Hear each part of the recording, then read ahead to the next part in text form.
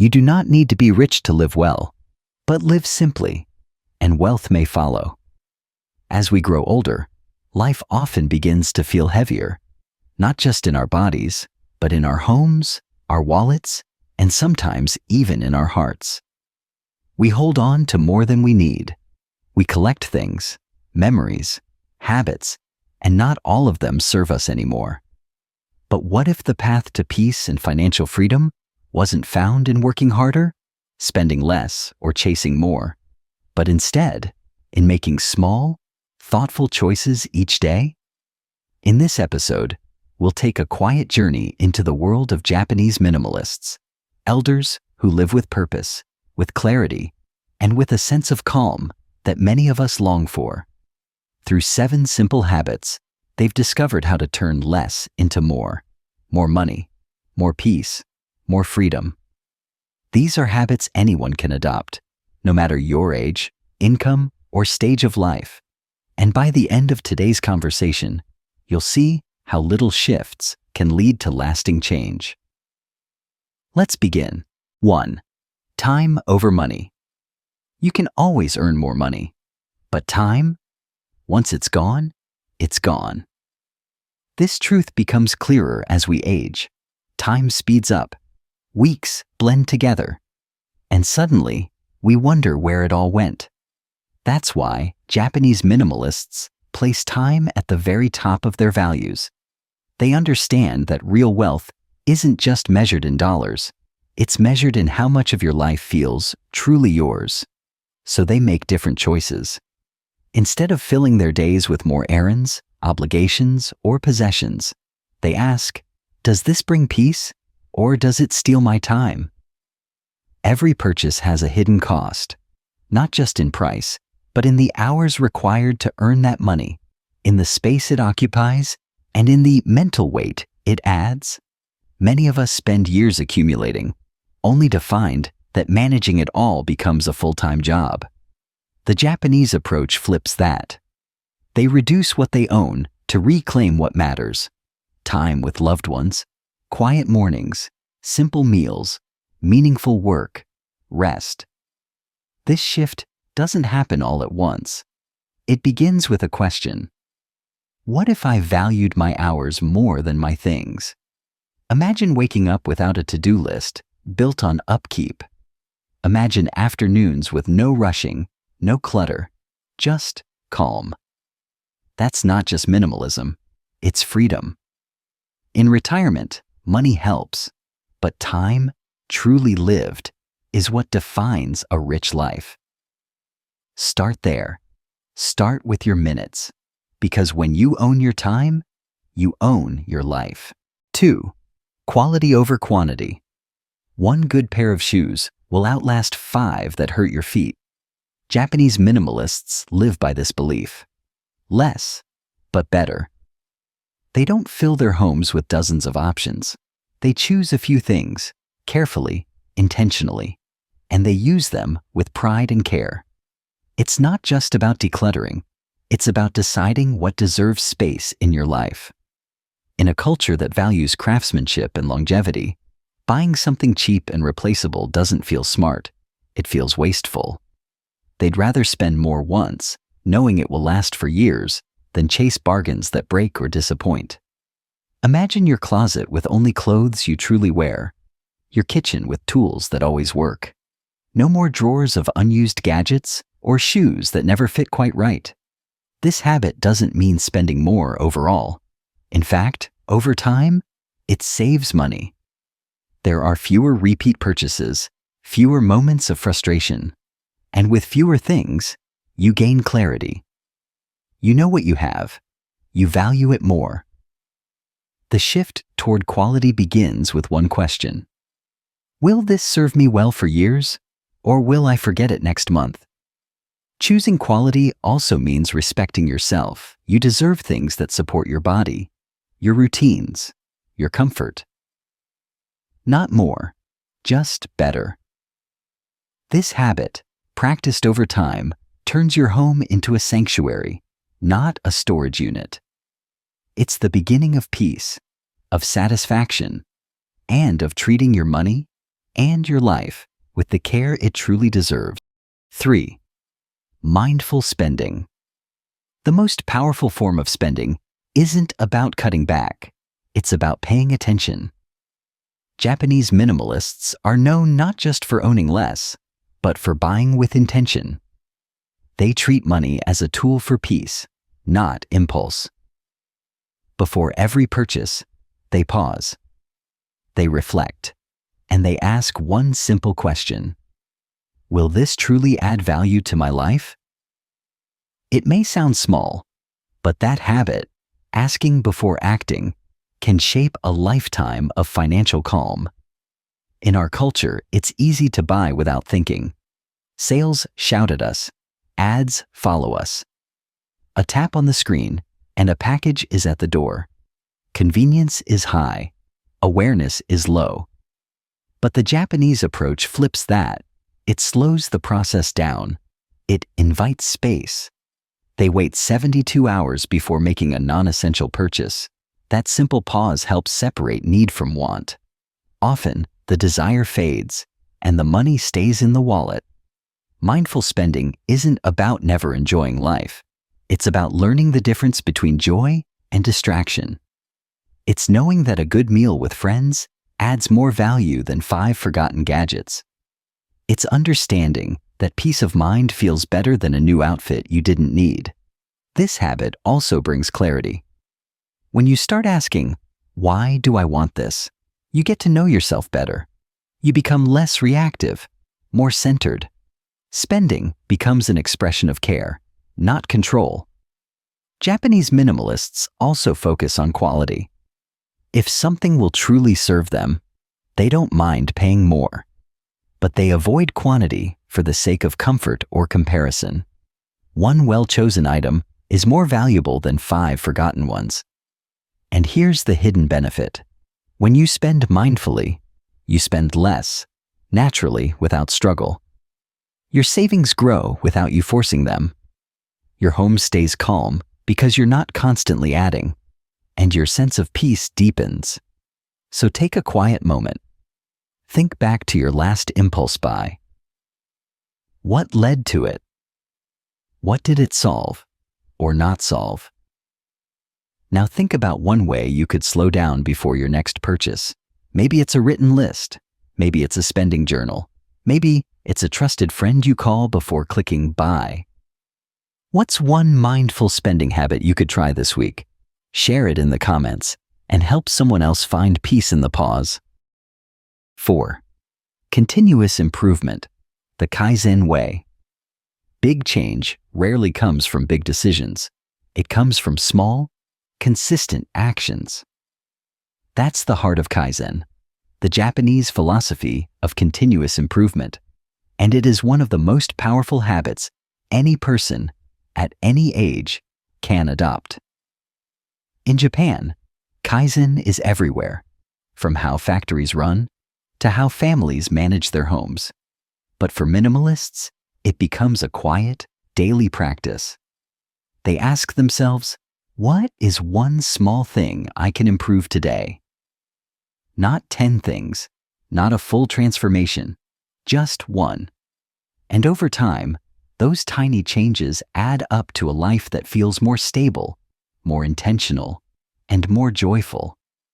So, what does this look like for your finances? It might begin with packing lunch once a week instead of eating out. That one shift could save over $1,000 per year. Or reviewing your monthly subscriptions. Do you still use all of them? Can you cancel one? It might mean spending 15 minutes every Sunday reviewing your spending. Or keeping a simple notebook to track purchases. Not to judge, but to understand. Kaizen also applies to saving. Start by setting aside $1 each day. Just one. At the end of the year, that's $365 you didn't have before. The habit is more important than the amount. When you focus on small, manageable goals, you build confidence. You stop feeling overwhelmed by everything you should be doing. You start noticing progress. Kaizen is patient. It meets you where you are. It doesn't demand perfection. It rewards consistency. You don't need to wake up tomorrow with a brand new lifestyle. But what if tomorrow you made just one small change that brought you closer to the life you want? That's how Japanese minimalists build lives of calm and control. They don't rush. They adjust, one habit at a time, one drawer cleaned, one purchase avoided, one savings goal started. Think about your week. What's one small, sustainable change you could start today? Not something hard, something gentle, something you can keep doing. Share it with us in the comments, and let's grow together, step by step. 5. Creating multiple streams of income. In Japanese culture, relying on a single paycheck is considered risky, not just for young people, but especially for older adults. That's why many Japanese minimalists look for simple, steady ways to create extra income. They understand that more income means more freedom, and freedom means peace of mind. This idea isn't about working harder or going back to a full-time job. It's about using what you already know and love to gently support your future. Maybe you enjoy baking. Could you sell homemade cookies at a local market once a month? Maybe you like sharing stories or teaching others. Could you tutor part-time online or offer writing services in your area of expertise? Maybe your hands know how to make something. A craft, a piece of art, a knitted scarf. There is always someone out there who values what you can do. Even if it's just $100 a month, that added income gives you options.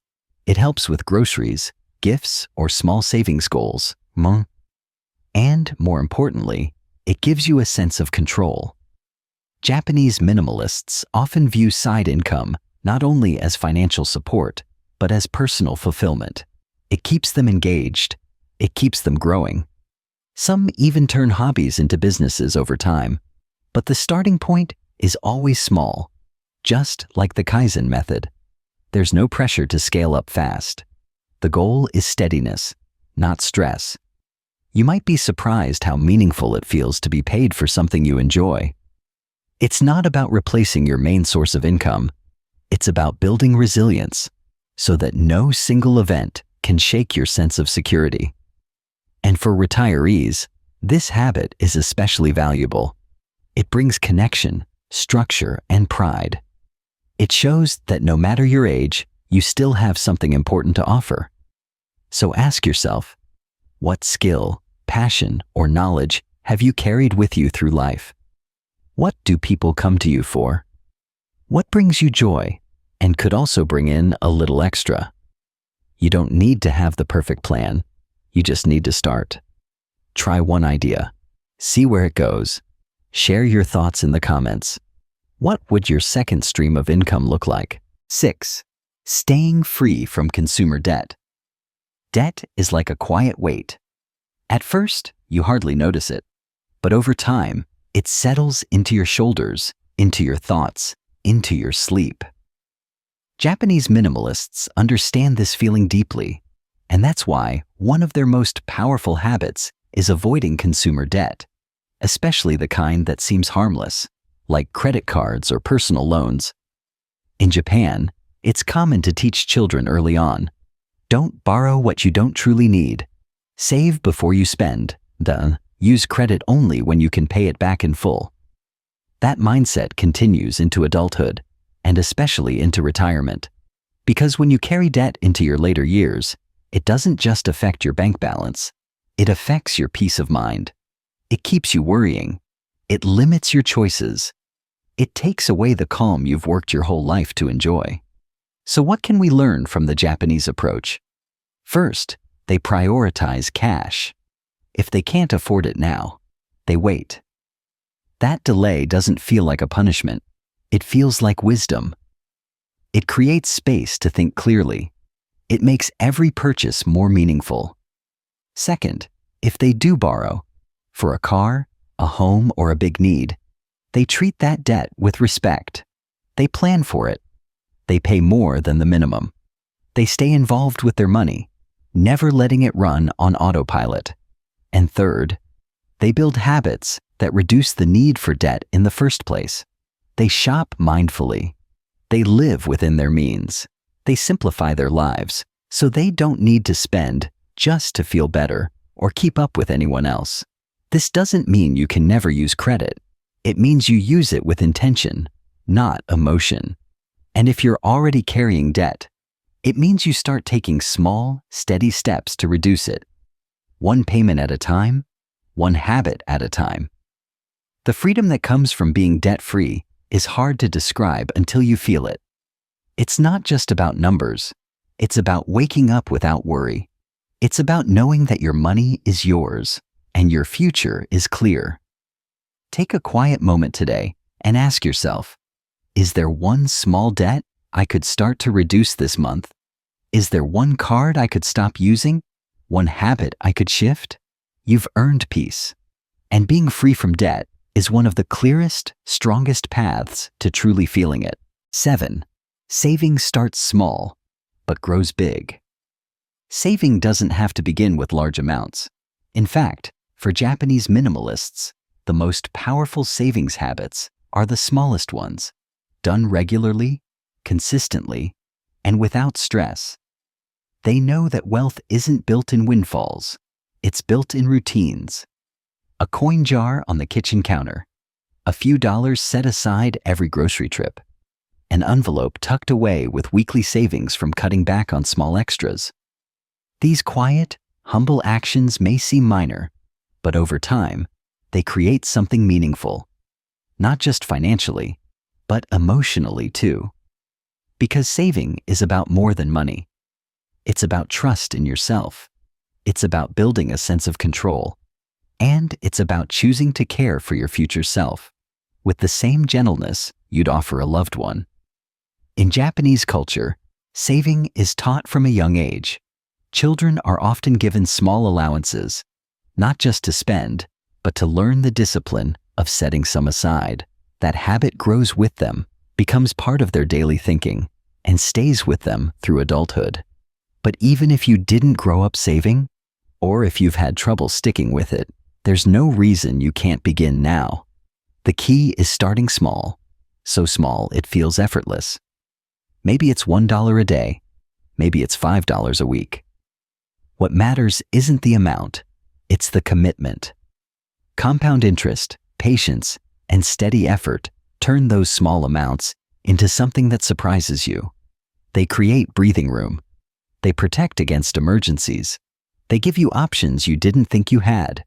Japanese minimalists aren't obsessed with saving for the sake of saving. They're simply prepared. And that preparation means they can live without fear, because they know they're supported by their own habits. If you're unsure where to begin, try this. Pick one habit you already do, like your morning coffee, and place $1 aside each time you enjoy it. Over time, that simple rhythm becomes a ritual of care. You'll begin to notice how easy it is to build security, one moment at a time. So ask yourself now, what's one simple way you could begin saving this week? Share your idea in the comments. You may inspire someone else to start small too. A different way to spend. America versus Japan. In the United States, we're taught from a young age that success often means having more. More clothes, more gadgets, more upgrades. And as we grow older, that mindset doesn't always fade. It just shifts. Instead of the newest shoes, it becomes the biggest television. Instead of a new car every 5 years, it's seasonal home decor, multiple streaming subscriptions, or closets packed with rarely worn clothes. But in Japan, the approach is different, especially among older adults. Japanese minimalists tend to ask, what do I truly need? Not, what else can I afford? They don't see spending as a reward. They see it as a responsibility. The average American home contains over 300,000 items. Let that number sink in. 300,000. That's the result of decades of impulse buying, holiday sales, and emotional spending. It's not just clutter, it's cost. Every item has a price tag, not only in money, but also in time, maintenance, and mental energy. Japanese homes, on the other hand, are known for their simplicity. Clean lines, open spaces, fewer distractions. Their elders believe that a peaceful environment creates a peaceful mind, and that belief influences how they spend. When they buy, they choose fewer items, but of higher quality. They invest in what lasts. They avoid duplication. They don't buy for convenience. They buy for purpose. In America, it's common to buy just in case. In Japan, they buy only if necessary. This leads to less waste, less debt, and more appreciation for what they already own. This contrast isn't about right or wrong. It's about noticing which mindset brings more peace. If you've spent your life gathering, there's no shame in that. But perhaps now is the time to consider, do I want more, or do I want meaning? Take a look around your home. Pick one item, just one, that you bought on a whim but rarely use. Then imagine what your life would feel like without that item, and without the habit that brought it into your life. Now ask yourself, what would the Japanese elder in you choose to do next? One real story, a life changed by simplicity. Let me tell you about Margaret. She's 71 years old, a retired librarian. She lives in a quiet neighborhood in Ohio, not far from the house she raised her children in. For most of her adult life, Margaret believed what many of us are taught to believe, that a full house meant a full life. Her living room had 5 bookshelves. Her kitchen had 3 sets of dishes. She had sweaters she hadn't worn since the 1980s, old linens, boxes in the attic marked someday, and a garage that hadn't seen a car in 15 years. Then something happened. One afternoon, Margaret bent down to tie her shoes and threw her back out. Nothing serious, but it made her pause. As she sat in her chair for days, recovering, she began to really look at her home, and she felt tired. Not physically, emotionally. She felt like her house was a museum of the past, and worse, she was the curator. Her daughter brought her a book on Japanese minimalism. At first, Margaret resisted. "That's for young people," she said, "trendy folks who live in tiny apartments." But one phrase caught her attention. "You don't have to keep everything to remember everything." That line stayed with her, so she started small. One drawer, then a cabinet, then a closet. She didn't rush. She didn't throw everything away. She just asked, one item at a time, "Do I still need this? Do I still love this?" It took her almost a year, but her home changed. Her life changed. She gave away over 30 bags of belongings. She sold old antiques she no longer cared about and used that money to take her granddaughter to New York City, something she'd always dreamed of doing. Today, her house feels lighter. So does she.